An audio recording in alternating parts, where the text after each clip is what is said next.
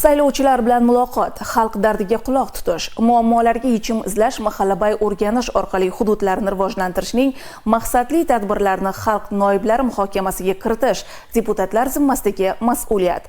Xalq deputatlari Jizzax viloyat kengashi deputati Zarbdor tumani Toshkeskan mahallasida sayyor qabul o'tkazib, mahallani rivojlantirish va jamiyatni yuksaltirish yilida hududni ijtimoiy-iqtisodiy rivojlantirish masalasiga alohida e'tibor qaratdi.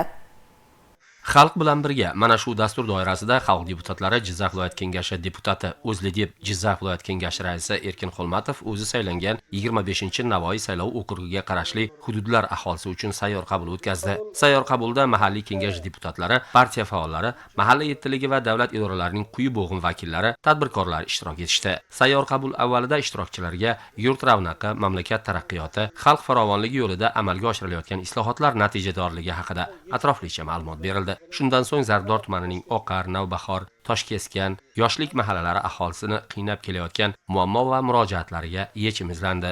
Deputatlarimiz, partiya faollari kelib, xalqning va yoshlarning murojaatlarini sayyor qabulda ko'p chiqmoqda.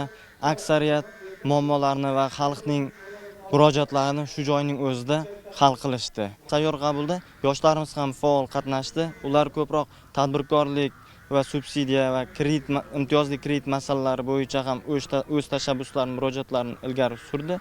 Hududlarda tadbirkorlikni rivojlantirish, ta'lim va tibbiyot kabi yetakchi ijtimoiy sohalarni rivojlantirish, kommunal xizmat sifatini yaxshilash masalalari asosiy e'tiborda bo'ldi. Shuningdek, uy-joy kadastri, maishiy chiqindilarni boshqarish, ko'chalarni yoritish kabi jamoaviy murojaatlar ham ko'rib chiqildi. 10 dan ortiq murojaat deputat nazoratiga olindi.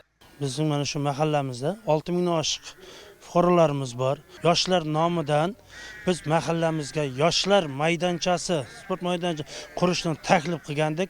Bu masalamizni qo'llab-quvvatladi. Biz bundan juda xursandmiz. Sayyor qabul davomida yashash xonadonida oilaviy maktabgacha ta'lim muassasasi ochish, mahallada sport maydonchasi, qishloq xo'jaligi mahsulotlarini saqlaydigan katta sig'imdagi muzlatkich qurish borasidagi fuqarolar murojaati joyida ijobiy hal etildi. Xalq bilan birga loyihasi doirasida o'tkazilayotgan bu kabi tadbirlar partiyaning xalq bilan birga ishlash tamoyilini amalda yanada mustahkamlab boryapti.